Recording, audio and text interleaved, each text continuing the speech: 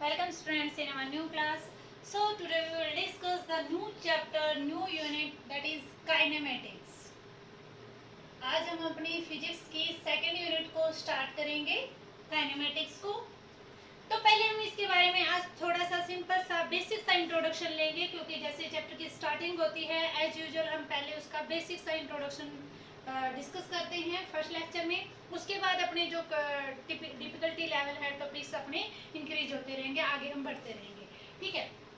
तो आज इसके बारे में हम बेसिक सा डिस्कशन करते हैं। काइनेमेटिक्स जो ब्रांच है बेटा वो कहाँ से आई है? मैकेनिक्स से आई है। मैकेनिक्स की तीन ब्रांचेज होती हैं ये, kinematics, statics and dynamics. Mechanics science की वो ब्रांच है जिसके अंदर हम ऑब्जेक्ट की मोशन के बारे में डिस्कशन करते हैं, ठीक है। It is the branch of science in which we deals with the object in the motion. वो ऑब्जेक्ट जो है मोशन में है उसके बारे में, ऑब्जेक्ट की मोशन के बारे में हम डिस्कस करते हैं किसके अंदर? मैकेनिक्स के अंदर। अब उसी मैकेनिक्स को हमने तीन पार्ट्स में डिवाइड किया है, that is kinematics, statics and dynamics. तो उसके अंदर ये जो काइनेमेटिक्स पोर्शन है बेटा, इसमें हम ऑब्जेक्ट को स्टडी करते हैं जब ऑब्जेक्ट मोशन में तो है, बट वो मोशन में किस वजह से आया है, उसका मोशन का काज क्या है। जैसे कोई ऑब्जेक्ट मोशन में है, अब उसकी जो स्पीड थी वो 5 मीटर पर सेकंड है, थोड़ी देर के बाद उसकी स्पीड 10 मीटर पर सेकंड हो जाती है, उसके बाद उसकी स्पीड 12 मीटर पर सेकंड, थोड़ी देर के बाद 50 मीटर पर सेकंड। तो उसकी जो स्पीड है वो क्या हो रही है? बार बार चेंज हो रही है। लेकिन वो जो स्पीड के अंदर चेंज आया वो किस वजह से आया है, हमें उसका कोई अता पता नहीं होता है। तो उस तरह की जो स्टडी होती है वो सब कुछ हम डिस्कस करते हैं किसके अंदर? काइनेमेटिक्स के अंदर। तो इसके अंदर it is that branch of science in which we study the motion of the object without the cause of the motion। इसके अंदर हम जो मोशन हुई है अपनी वो किस कारण से हुई है वो हमें पता नहीं होता है, without the cause of motion.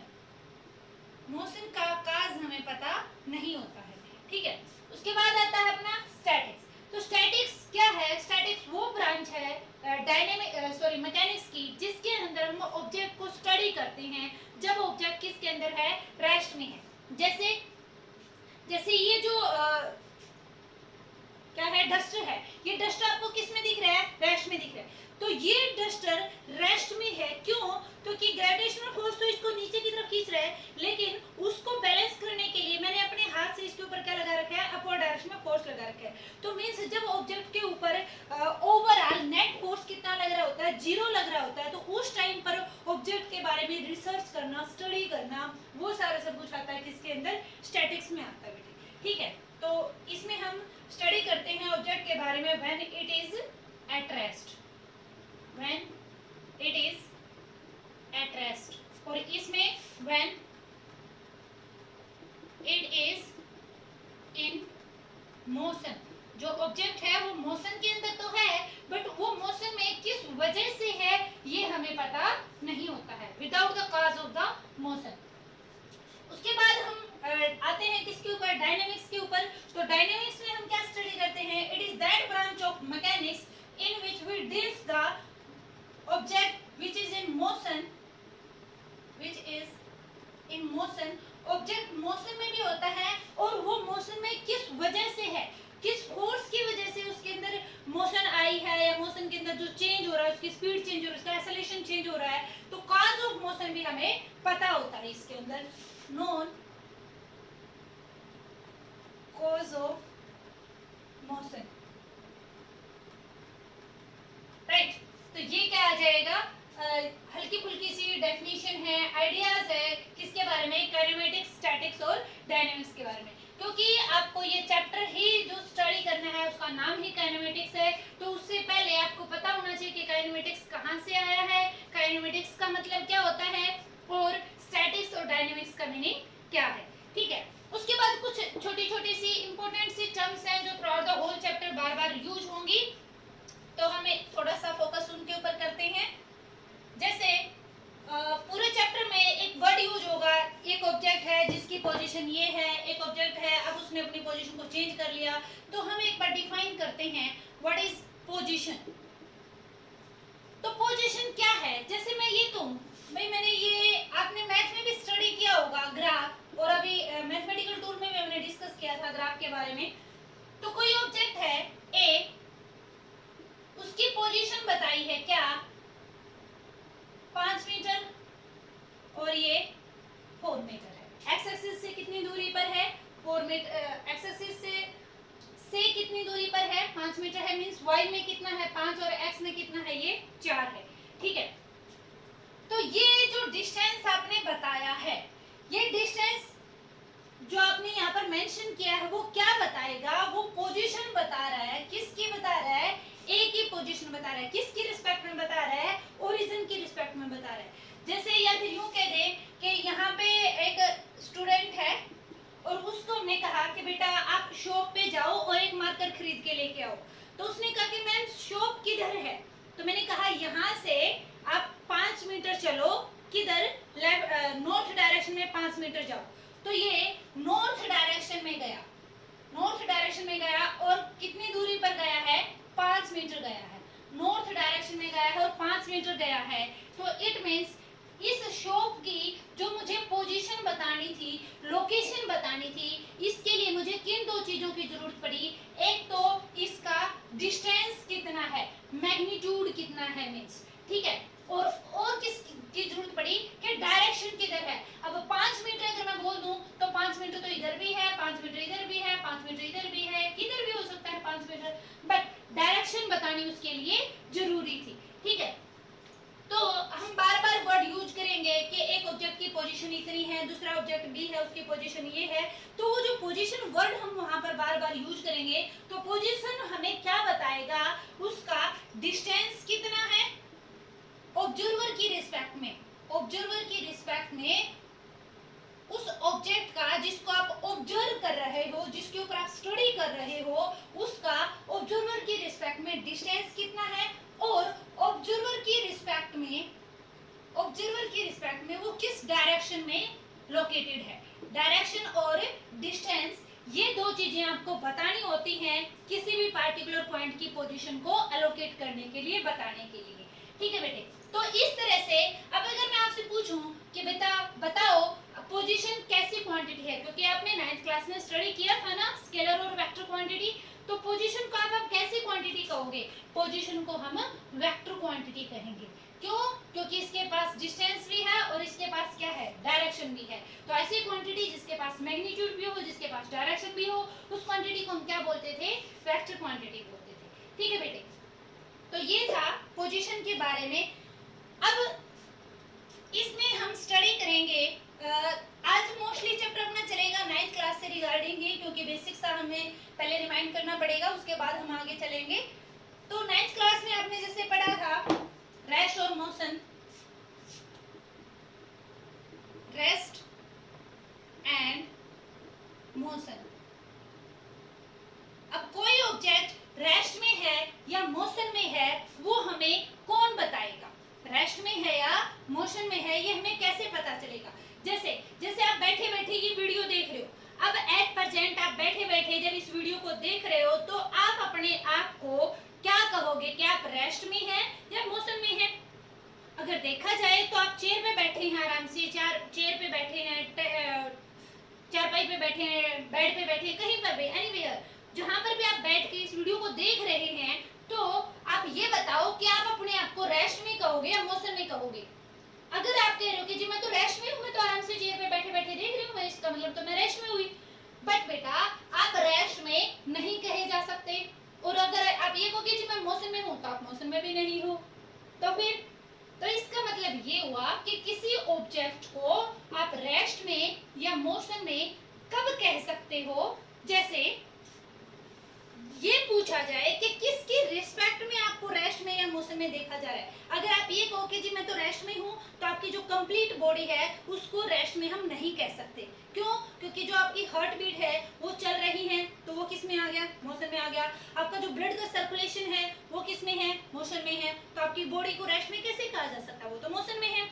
और दूसरी बात देखें तो आप अभी एट प्रेजेंट कहाँ पर हो?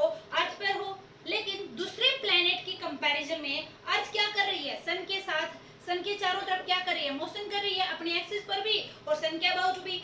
तो वो जब अपनी मोशन ऐसे कर रही है तो दूसरे प्लेनेट की कंपैरिजन में अर्थ अपनी पोजीशन को लगातार क्या कर रही है? चेंज कर रही है। तो दूसरे प्लेनेट के कंपैरिजन में आप किस में कहे जाओगे? मोशन में कहे जाओगे, राइट। और अगर आप ये कहो कि मौसम में है तो नहीं। क्यों? क्योंकि मैंने तो ये पूछा है कि आप जहां बैठे हैं अपने रूम्स की दीवार की रिस्पेक्ट में आप किस में कहे जाओगे? आप रेस्ट में कहे जाओगे। क्यों? क्योंकि उस पर्टिकुलर दीवार की रिस्पेक्ट में आप अपने डिस्टेंस को चेंज नहीं कर रहे हैं। जैसे यहाँ पर ये मार्कर है, इस दीवार की रिस्पेक्ट में अभी 1 सेकंड पहले भी ये मार्कर यही था, 2 सेकंड बाद भी यही है, 3 सेकंड पहले भी यही था। तो इस तरह से ये किस सिचुएशन में कहा जाएगा? ये रेस्ट में कहा जाएगा। तो किसी ऑब्जेक्ट को, और यही मार्कर अभी एट परसेंट इसकी रिस्पेक्ट में तो किस में है? रेस्ट में है। लेकिन दूसरे प्लैनेट के कंपैरिजन में ये मार्कर किसके अंदर है बेटा? मोशन की सिचुएशन में है। तो कोई ऑब्जेक्ट रेस्ट में है या मोशन में है, ये कौन डिसाइड करेगा? ये फ्रेम ऑफ रेफरेंस डिसाइड करेगा। फ्रेम ऑफ रेफरेंस मींस किस रेफरेंस पॉइंट के कंपैरिजन में आपसे ये पूछा जा रहा है कि कोई पार्टिकुलर ऑब्जेक्ट रेस्ट में है या मोशन में है। ठीक है, तो जब इस मार्कर की बात की जा रही है, तो अगर मैं इसको रेफरेंस पॉइंट मानती हूँ, इस दीवार को या इस बोर्ड को रेफरेंस पॉइंट मानती हूँ, तो उसके कंपैरिजन में ये क्या है? ये मार्कर रेस्ट में है। लेकिन अगर मैं दूसरे प्लेनेट की कंपैरिजन मानती हूँ, मार्स की कंपैरिजन में, मून की कंपैरिजन में अगर मैं बात करती हूँ, तो उनकी कंपैरिजन में ये मार्कर क्या है? ये मोशन में है। ठीक है, तो किसी ऑब्जेक्ट को रेस्ट में कहोगे या मोशन में कहोगे, ये कौन बताएगा? ये रेफरेंस पॉइंट बताएगा कि किस रेफरेंस पॉइंट के कंपैरिजन में आप उसको पूछना चाह रहे हो।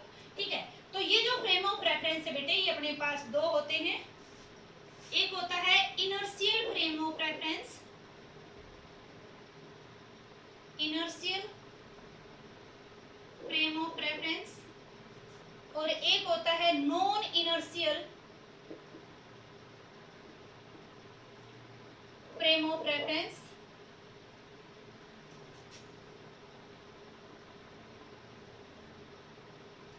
Non inertial frame of reference. Inertial frame of reference कौन से होते हैं? इनर्शियल फ्रेम ऑफ रेफरेंस बेटा वो होते हैं जो या तो ऑब्जेक्ट किसके अंदर हो? रेस्ट में हो, या फिर कांस्टेंट वेलोसिटी के साथ मूव कर रहे हो। जैसे एक गाड़ी है, अभी जब हमने उसको नोट करना स्टार्ट किया तब वो 35 मीटर पर सेकंड की स्पीड से चल रही थी। हमने 5 मिनट बाद देखा तब भी वो किस स्पीड से चल रही है? 35 मीटर पर सेकंड की स्पीड से चल रही है। 20 मिनट बाद देखा तो भी वो किस स्पीड से चल रही है? 35 मीटर पर सेकंड की स्पीड से चल रही है। मींस वो कांस्टेंट वेलोसिटी से जा रही है। तो जो ऑब्जेक्ट कांस्टेंट वेलोसिटी से मूव कर रहे हो या फिर रेस्ट में हो, उनको हम क्या कहेंगे? इनर्शियल फ्रेम ऑफ रेफरेंस कहेंगे। या दूसरा वर्ड आप इसके लिए यूज कर सकते हो, non accelerated, non accelerated frame of reference. ठीक है बेटे, अब नॉन एक्सेलरेटेड क्यों कहा? क्योंकि अगर ऑब्जेक्ट रेस्ट में है मींस उसकी वेलोसिटी चेंज नहीं हो रही, वेलोसिटी चेंज नहीं हो रही तो इसका मतलब उसका एक्सेलरेशन क्या होगा? जीरो होगा। और दूसरा वर्ड मैंने क्या यूज किया था इसके लिए? कांस्टेंट वेलोसिटी का होना जरूरी है। अगर कोई ऑब्जेक्ट कांस्टेंट वेलोसिटी से जा रहा है तो उसके अंदर चेंज इन वेलोसिटी कितना है with respect to time? Zero है, क्योंकि वो तो अपनी वेलोसिटी को चेंज ही नहीं कर रहा। तो अगर वो अपनी वेलोसिटी को चेंज नहीं कर रहा है तो वो किस कैटेगरी में आएगा? नॉन एक्सेलरेटेड या फिर इनर्शियल फ्रेम ऑफ रेफरेंस कहा जाएगा। ठीक है बेटे, उसको inertial frame of reference Newton's law को ओबे करते हैं। न्यूटन्स लॉ को ओबे करते हैं, ओबे न्यूटन्स लॉ। ठीक है, ओबे न्यूटन्स लॉ। अब बात करते हैं non inertial frame of reference की। तो non inertial frame of reference कौन सा होते हैं? जो अपनी स्पीड को क्या कर देते हैं? चेंज करते हैं। मीन्स टाइम के साथ साथ वेराइंग स्पीड होती है जिनकी, तो उसका कुछ ना कुछ क्या होगा, एक्सेलरेशन भी होगा। तो इस तरह से इस फ्रेम ऑफ रेफरेंस का दूसरा नाम हम क्या रखेंगे, एक्सेलरेटेड फ्रेम ऑफ रेफरेंस। क्या बोलेंगे, एक्सेलरेटेड फ्रेम ऑफ रेफरेंस। और ये जो एक्सेलरेटेड फ्रेम ऑफ रेफरेंस होते हैं, ये non inertial frame of reference की जो डिटेल स्टडी है वो अपनी आएगी हायर क्लासेस में। अभी 11th स्टैंडर्ड में हम जितने भी डिस्कशन करेंगे वो सारा डिस्कशन अपना किसके बेसिस पर रहेगा, इनर्शियल फ्रेम ऑफ रेफरेंस के बेसिस पर रहेगा। ठीक है बेटे, ओके। तो इसमें आप एक पॉइंट और ऐड कर सकते हो कि जो non inertial frame of reference है वो न्यूटन्स लॉ को ओबे नहीं करते हैं, न्यूटन्स लॉ को ओबे नहीं करते हैं, और ये न्यूटन्स लॉ को ओबे करते हैं। ठीक है,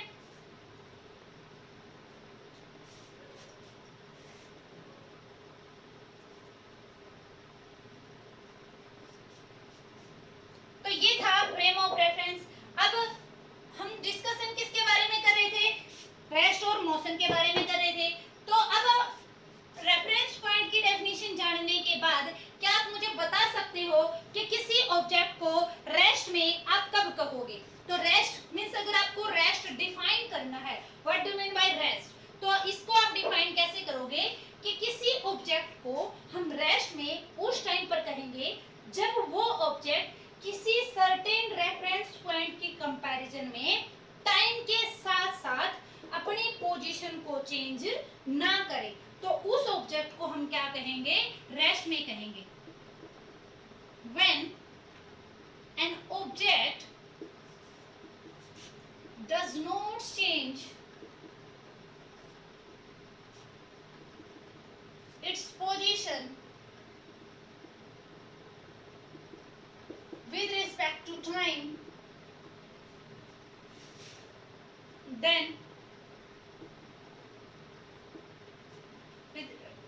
does not change its position with respect to time with respect to a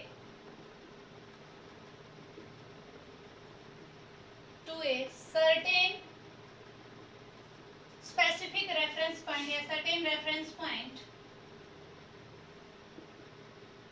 then that object is said to be at rest। उस ऑब्जेक्ट को हम उस टाइम पर क्या कहेंगे कि वो किसके अंदर है, वो ऑब्जेक्ट रेस्ट में है। ठीक है बेटे, अब हम डिफाइन करते हैं किसको, मोशन को। मोशन क्या होती है, तो किसी ऑब्जेक्ट को आप मोशन में कब कहोगे, जब कोई ऑब्जेक्ट, इसमें तो क्या था, अपनी पोजीशन को टाइम के साथ साथ किसी सर्टेन रेफरेंस पॉइंट के कंपैरिजन में पोजीशन चेंज नहीं कर रहा है, और इसमें क्या हो जाएगा, चेंज कर रहा है। When an object continuously changes its position with respect to a certain reference point with the passage of time,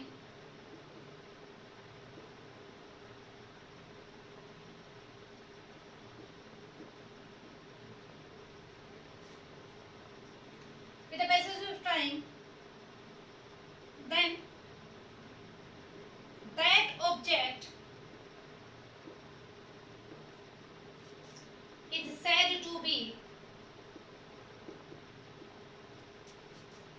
in motion। तो उस ऑब्जेक्ट को उस टाइम पर हम किस में कहेंगे कि किस कंडीशन में है, मोशन की कंडीशन में है। जैसे ये रेफरेंस पॉइंट हमने मान लिया, अभी हमने देखा थोड़ी देर के लिए, ये ऑब्जेक्ट यहाँ पर था, ये मार्कर था, 1 सेकंड बाद ये यहाँ पे है, 2 सेकंड बाद यहाँ पे, 3 सेकंड के बाद यहाँ पर। तो टाइम के साथ साथ इस बोर्ड की कंपैरिजन में ये मार्कर अपनी पोजीशन को क्या कर रहा है, चेंज कर रहा है, तो हम क्या कहेंगे कि ये ऑब्जेक्ट किसके अंदर है, ये ऑब्जेक्ट मोशन में है। ठीक है बेटे, नेक्स्ट है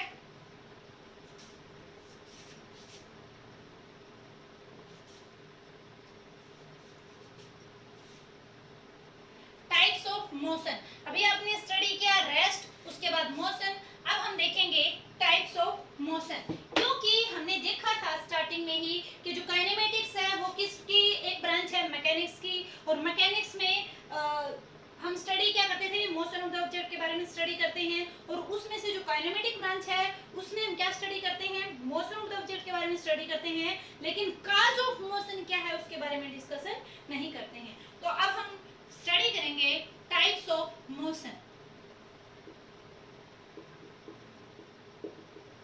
टाइप्स ऑफ मोशन, तो फर्स्ट टाइप हम लेके चल रहे हैं rectilinear,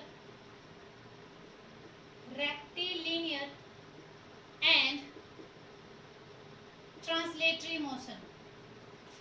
rectilinear and translatory motion. ये डेफिनेशन पढ़ने से पहले आपको अच्छे से पता होना चाहिए एक दूसरी डेफिनेशन का, एक दूसरे कंसेप्ट का, दैट इज पॉइंट मास। इसका पता होना चाहिए पॉइंट मास का। तो फिजिक्स में पॉइंट मास किसे कहेंगे? वैसे पॉइंट मास तो क्या हो जाएगा, जनरल भाषा में देखें तो किसी मैटर का वो छोटा सा पॉइंट जिसका जो साइज है वो बहुत ही कम हो, जिसका डायमेंशंस जिसकी बहुत ही नेग्लिजिबल सी हो, लेकिन उसकी आइडेंटिफिकेशन तो उसके मास से ही हो, तो उस पॉइंट मास उसको हम क्या कह देंगे, पॉइंट मास कह देंगे। लेकिन फिजिक्स की भाषा में आप पॉइंट मास किसे कहेंगे? तो जैसे एक ट्रेन है, अगर मैंने बात की किसकी, ट्रेन की, तो क्या इस ट्रेन को आप पॉइंट मास कह सकते हो? वैसे जनरली मैंने आपको आइडिया दिया था कि पॉइंट मास क्या होता है, भी पूरे मैटर का एक छोटा सा पार्ट जिसका डायमेंशनल साइज जिसका क्या हो, बिल्कुल ही नेग्लिजिबल हो, तो उसको हमने पॉइंट मास कह देते हैं, बिल्कुल छोटा सा पॉइंट जैसे।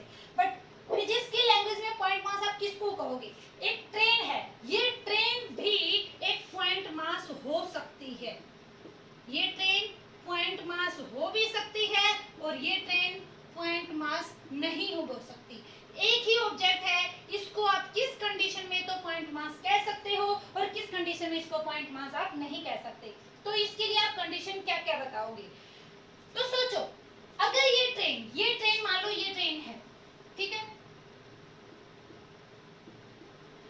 और ये ट्रेन अगर यहाँ से मोशन कर रही है, ये ट्रेन है और यहाँ पर प्लेटफॉर्म पर एक क्या है, पोल है, इस पोल की कंपैरिजन में इस ट्रेन ने ऐसे मोशन करना शुरू किया और ये ऐसे मोशन करते हुए जा रही है। तो जब ये ट्रेन इस पोल को क्रॉस कर रही है, तो इस पोल को क्रॉस करते वक्त आप ये नहीं कह सकते कि ये ट्रेन क्या है, एक पॉइंट मास है, नहीं। इस पोल को क्रॉस करते हुए इसे बहुत ज्यादा टाइम लगा है, मींस इसका साइज इफेक्ट कर रहा है इसके मोशन को, इसके मोशन को यहाँ पर इस पोल को कवर करने के लिए, क्रॉस करने के लिए इसका साइज मैटर कर रहा है। तो उस टाइम पर इस ट्रेन को आप पॉइंट मास नहीं कह सकते। लेकिन यही ट्रेन अगर कहां से चले, कन्याकुमारी से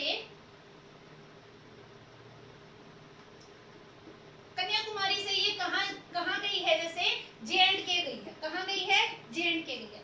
तो जब ये ट्रेन इतना लंबा डिस्टेंस ट्रेवल करेगी, तो उस डिस्टेंस को कवर करते वक्त ये जो ट्रेन है वो क्या लगेगी, आपको पॉइंट मास कंसीडर करना पड़ेगा आपको, ठीक है। तो पॉइंट मास फिजिक्स की लैंग्वेज में हम पॉइंट मास किसी ऑब्जेक्ट को कब कहेंगे, when the distance travelled by that object is very large as compared to its size.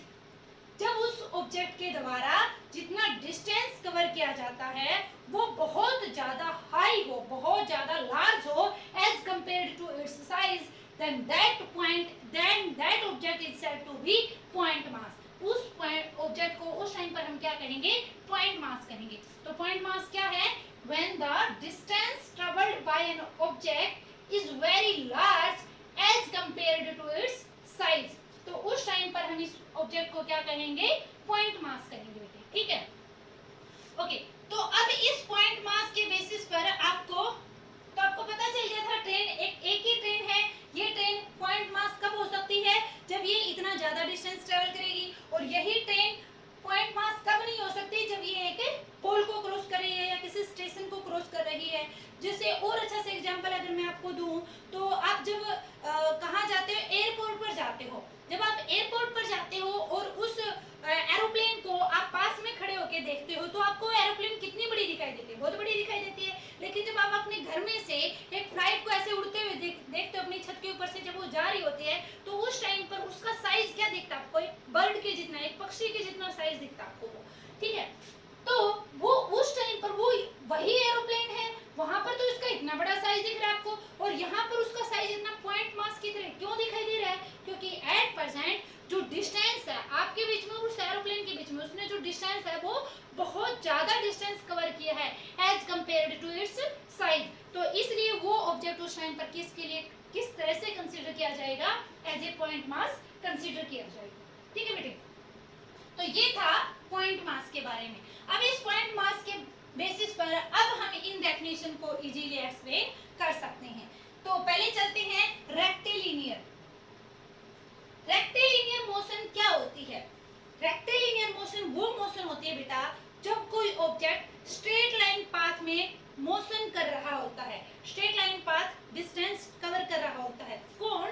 जब एक पॉइंट मास, ध्यान रहे मैं वर्ड यूज कर रही हूं इसके लिए, क्या? Point mass. When A point mass moves in a straight line path, then that type of motion is known as rectilinear motion. उस मोशन को हम क्या कहेंगे? रेक्टिलिनियर मोशन कहेंगे, ठीक है। और ट्रांसलेटरी मोशन क्या हो जाएगी? ट्रांसलेटरी मोशन वो मोशन है जब एक बॉडी, एक ऑब्जेक्ट स्ट्रेट लाइन पाथ में, रेक्टिलिनियर पाथ में, एक स्ट्रेट लाइन पाथ में मोशन कर रहा है, तो उस टाइम पर वो जो मोशन है उस टाइप के मोशन को आप क्या कहेंगे? ट्रांसलेटरी मोशन कहेंगे। जैसे देखो रेक्टिलिनियर मोशन में मैं क्या कहते हैं, पॉइंट मास अगर स्ट्रेट लाइन पाथ में मूव कर रहा है, और ट्रांसलेटरी मोशन में ये कंप्लीट बॉडी, अब ये जो कंप्लीट बॉडी है, ये जो डस्टर है, ये छोटे छोटे छोटे छोटे बहुत सारे पॉइंट मास से, छोटे छोटे पार्टिकल से मिलकर बना है।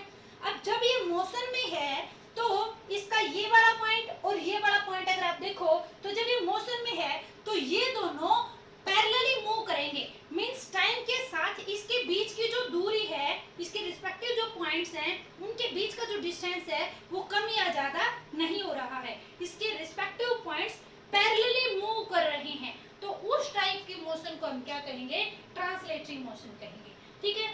तो रेक्टिलिनियर मोशन में एक पॉइंट मास स्ट्रेट लाइन में मूव कर रहा है तो रेक्टिलिनियर मोशन है, और जब एक कंप्लीट बॉडी अगर मोशन कर रही है स्ट्रेट लाइन पाथ में तो उस टाइप की मोशन को क्या कहेंगे? Translatory motion. और कंप्लीट बॉडी की कंडीशन क्या हो जाएगी? अब कंप्लीट बॉडी अगर ये जा रही है तो इसके जो रिस्पेक्टिव पॉइंट्स है वो पैरेलली मूव करेंगे, ठीक है, ओके। तो रेक्टिलिनियर ट्रांसलेटरी के बाद आती है अपनी second type of motion, that is circular and rotatory motion. Circular and rotatory motion. Circular motion किसे कहते हैं? सर्कुलर मोशन अगर आपने एक डेफिनेशन पढ़ ली ना तो अगली आपके लिए बहुत ही आसान सी रहेगी। सॉरी, सर्कुलर मोशन किसे कहेंगे? जब एक पॉइंट मास सर्कुलर पाथ में मूव कर रहा है, जब एक पॉइंट मास सर्कुलर पाथ में मूव कर रहा है तो उस टाइप की जो मोशन होगी उस मोशन को हम क्या कहेंगे? सर्कुलर मोशन कहेंगे, ठीक है। लेकिन जब एक कंप्लीट बॉडी, एक ऑब्जेक्ट, एक कंप्लीट बॉडी सर्कुलर पाथ में रोटेट करेगी तो उसको हम क्या कह देंगे? रोटेशनल मोशन कह देंगे। क्या कह देंगे? Rotational motion. जैसे फैन है, फैन के जो ब्लेड्स हैं वो एक फिक्स एक्सिस के अबाउट ऐसे रोटेट कर रहे हैं ना, तो ये मान लो ये अपना इसकी एक्सिस होगी रोटेशनल एक्सिस, और ये मान लो इस फैन की क्या है? ब्लेड है, ठीक है। तो जब ये ऐसे रोटेट करेगा तो इस एक्सिस के अबाउट ये फैन के ब्लेड ऐसे रोटेट कर रहे हैं, तो इस फैन के जो भी रिस्पेक्टिव पॉइंट्स हैं उनका डिस्टेंस, उनका टाइम के साथ साथ आपस में डिस्टेंस कम या ज्यादा नहीं हो रहा है, ठीक है। तो इस टाइप के मोशन को हम क्या कहेंगे? रोटेटरी मोशन कहेंगे। सर्कुलर मोशन में आप बताओगे when A point mass moves in a circular path, then that motion is known as circular motion. And in case of rotatory motion, when a complete body moves about a fixed axis, then that type of motion is known as rotatory motion, ठीक है। Third type की है vibratory and oscillatory motion, vibratory and oscillatory motion। तो vibratory और oscillatory motion में आप क्या बताओगे? oscillation तो आपने अच्छे से समझ रखा है। oscillation में क्या होता है, जैसे आपने देखा होगा जो वॉल क्लॉक आती हैं 1 आवर के बाद वो ऐसे नोटिस देती हैं बेल प्रोड्यूस करके। तो oscillation क्या होता है बेटा? एक फिक्स्ड पोजीशन के about to and fro motion करना, आगे और पीछे मोशन करना, ये क्या कहलाता है? oscillatory motion कहलाता है। तो मैंने object moves to and fro about a fixed position, then that object is said to be in oscillatory motion। उस ऑब्जेक्ट को हम कैसी मोशन में कहेंगे? oscillatory motion में कहेंगे। जब वो टाइम के साथ साथ एक फिक्स्ड पोजीशन के टू एंड फ्रो मोशन करता है, तो उस टाइप की मोशन को हम क्या कहेंगे? oscillatory motion कहेंगे। ठीक है। उसके बाद आता है वाइब्रेटरी मोशन। तो वाइब्रेटरी मोशन क्या होती है? जब कोई ऑब्जेक्ट एक फिक्स्ड पोजीशन के अबाउट क्या कर रहा है? एक फिक्स्ड पोजीशन के अबाउट ऐसे ऑसिलेट हो रहा है, पीरियोडिक मोशन कर रहा है एक फिक्स्ड टाइम पीरियड के बाद। देखो जैसे ये ऑब्जेक्ट था, ये पहले ऊपर गया, फिर नीचे आया, फिर नीचे, फिर नीचे। अब फिर से जैसे 10 सेकंड के बाद ये यहाँ पर आया है, तो फिर ये इस पे फिर ऊपर गया, फिर नीचे आएगा, फिर अगले 10 सेकंड के बाद फिर से ऊपर जाएगा, फिर नीचे आके फिर से ऊपर जा रहा है। तो ये पीरियड एक फिक्स्ड पीरियड के बाद अपनी मोशन को क्या कर रहा है? रिपीट कर रहा है। और जब ये इसका जो एम्पलीट्यूड है, आपने 9th क्लास में स्टडी किया था कि जब ये इस तरह से क्रेस्ट और ट्रफ फॉर्मेशन करती है वेव, तो ये जो हाइट होती है, ये हाइट ऑफ द क्रस्ट और हाइट ऑफ द ट्रफ, ये क्या कहलाती थी? Amplitude of A wave. क्या बोलते थे इसको? एम्पलीट्यूड। तो जब ये एम्पलीट्यूड बहुत छोटा हो जाता है, तो उस टाइप की मोशन को हम क्या करेंगे? वाइब्रेटरी मोशन करेंगे। ठीक है बेटी। तो वाइब्रेटरी मोशन में आप क्या कहोगे? जब कोई ऑब्जेक्ट एक फिक्स्ड टाइम पीरियड के बाद एक मीन पोजीशन के अबाउट मोशन क्रिएट कर रहा है, और वो जो एम्पलीट्यूड है वो क्या होना चाहिए? स्मॉल होना चाहिए। तो उस टाइप की मोशन को हम क्या कह देंगे? वाइब्रेटरी मोशन कह देंगे। जैसे वाइब्रेशन कैसे प्रोड्यूस होते हैं? आपने एक यहाँ पर वायर है, उसके दो एंड से उसको आपने फिक्स कर दिया है, और अब आप इसको क्या करते हो? ऐसे प्लग करते हो बीच में से, तो ये वायर क्या करेगी? ऐसे अप एंड डाउन ऐसे मोशन क्रिएट कर रही है। ठीक है। तो मोशन क्रिएट करी, तो इस टाइप की मोशन को हम क्या करेंगे? इसने क्या प्रोड्यूस की है? ये वाइब्रेशंस प्रोड्यूस की है। तो इसके ऑसिलेटरी के केस में आप कहोगे to and fro fixed position में मूवमेंट कर रहा है, और इसमें क्या कहोगे? अप एंड डाउन कह सकते हो, या फिर फिक्स्ड टाइम इंटरवल के बाद अपनी पोजीशन को क्या कर रहा है? वो रिपीट कर रहा है। ठीक है। तो ये हो जाएगा किसके बारे में? वाइब्रेटरी मोशन के बारे में। ठीक है। तो ये हमने टाइप्स ऑफ मोशन स्टडी किए हैं। अब ये इस तरह की जो टाइप ऑफ मोशन है, जैसे रेक्टिलिनियर है, ट्रांसलेटरी मोशन है, सर्कुलर रोटेटरी मोशन है, ये मोशन अलग अलग डायरेक्शंस में हो सकती हैं। अब डायरेक्शन के बेसिस पर टाइप्स ऑफ मोशन हम नेक्स्ट लेक्चर में स्टडी करेंगे। That's all for today.